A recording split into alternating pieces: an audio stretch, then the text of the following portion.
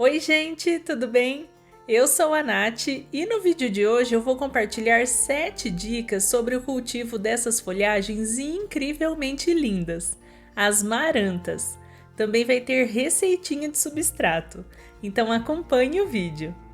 Antes, eu só quero pedir para você se inscrever no canal e ativar o sininho das notificações. Dessa forma você recebe os vídeos assim que eles são postados e me ajuda muito. E desde já eu te agradeço.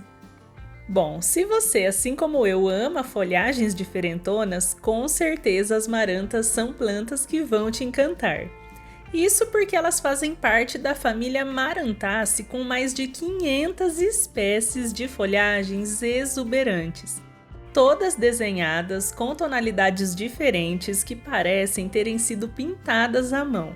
E os tamanhos delas variam bastante de acordo com a espécie. Você vai encontrar marantas com 20 centímetros de altura e outras com mais de 1 metro.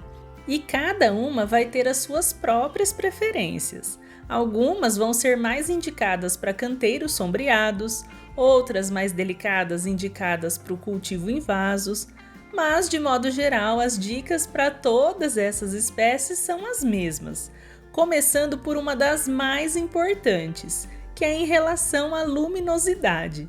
As marantas são plantas que apreciam um ambiente bem clarinho, mas sem luz direta do sol, já que na natureza elas crescem sob a sombra das árvores. Além de queimaduras, a luz solar incidindo diretamente sobre a planta faz com que o solo seque mais rapidamente. E umidade é um fator muito importante no cultivo das marantas.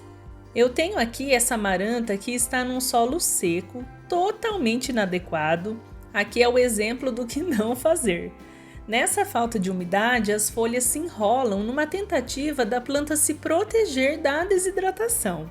Além disso, as pontinhas das folhas começam a secar, indicando a baixa umidade não só do solo, como também a baixa umidade do ar. Então essa é uma planta que precisa ser regada com muita frequência, o solo precisa estar constantemente úmido, não encharcado, mas úmido. E em dias mais secos, é interessante borrifar um pouquinho de água sobre as folhas. Essa dica é interessante, mas eu costumo ressaltar que não podemos molhar as folhas de maneira exagerada. Isso porque a umidade excessiva pode ser porta de entrada para doenças, principalmente as fúngicas. Opte por borrifar a água sobre as folhas na parte da manhã ou no início da tarde. E se as folhas começarem a apresentar manchinhas pretas ou com um aspecto de enferrujadas, pode ser sinal que a água está sendo aplicada de maneira excessiva.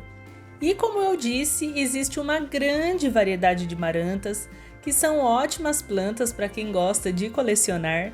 Eu tenho essas 6 espécies, começando pela Maranta triostar, linda, delicada, em tons verdes, brancos e rosados, e com o verso das folhas nesse tom vinho maravilhoso.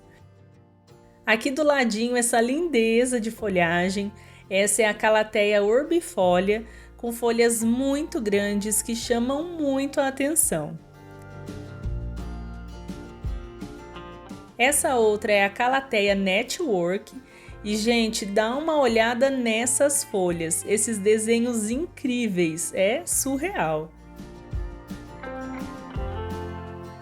Aqui atrás a Calatheia medallion, super ornamental, me lembra muito a Calatheia pena de pavão, que é outra espécie que eu não tenho aqui, mas é igualmente linda. Já essa bem maiorzinha é a Calatheia exótica, um exemplo de maranta que cresce se tornando uma planta mais alta e fica linda uma composição de marantas com alturas diferentes. E por último, essa Calatheia ornata, com folhas bem escuras que contrastam com esses riscos cor-de-rosas. É incrível! E você pode se perguntar por que eu me refiro a elas como marantas, se elas são chamadas de calatheias. Existem marantas com outros nomes também, e a gente acaba se referindo a elas como marantas por conta da família a qual elas pertencem, que é a família Marantaceae.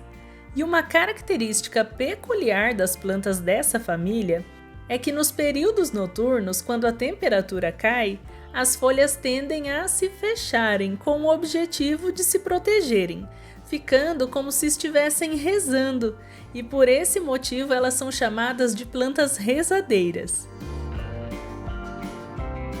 E para quem quer fazer uma mudinha de maranta, a forma mais indicada é através da divisão dos rizomas. Perceba que olhando para a planta, você não consegue identificar o caule. Os pecíolos, que são os cabinhos das folhas, saem diretamente do solo.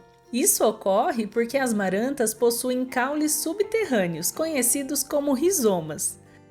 Para vocês visualizarem, eu fui desfazendo o torrão dessa planta e aqui é possível ver os rizomas de onde saem novas folhas e novas raízes. Então aqui a gente pode cortar, já que ela está apresentando raizinhas, e assim obter novas mudas.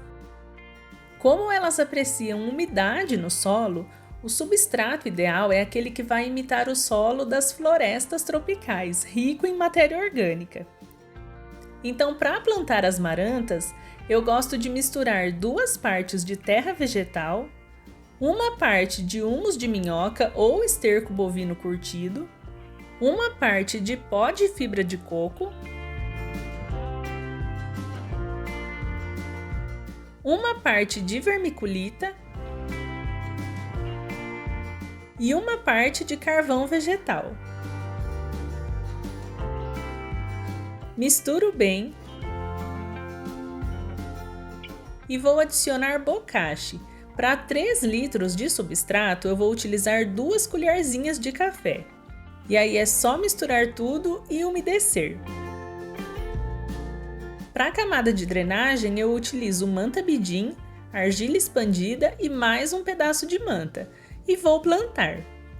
Sobre a adubação de manutenção, você pode utilizar o bocashi e o humus de minhoca ou esterco bovino curtido e um NPK equilibrado, pode ser o 10-10-10 mesmo, 1 vez ao mês, na quantidade indicada na embalagem. As marantas viraram as queridinhas nas urban jungles e elas se adaptam realmente muito bem aos ambientes internos. Porém, elas não devem ser cultivadas em locais com ar condicionado, já que ele tende a secar o ambiente e elas amam a umidade. Além disso, o ar condicionado vai baixar a temperatura e elas não são plantas para ambientes frios. Existem até algumas espécies que são um pouco mais tolerantes do que outras, que até conseguem se adaptar em regiões um pouco mais frias, mas elas são exceções, e mesmo assim elas não se adaptam ao ar condicionado pela questão da umidade.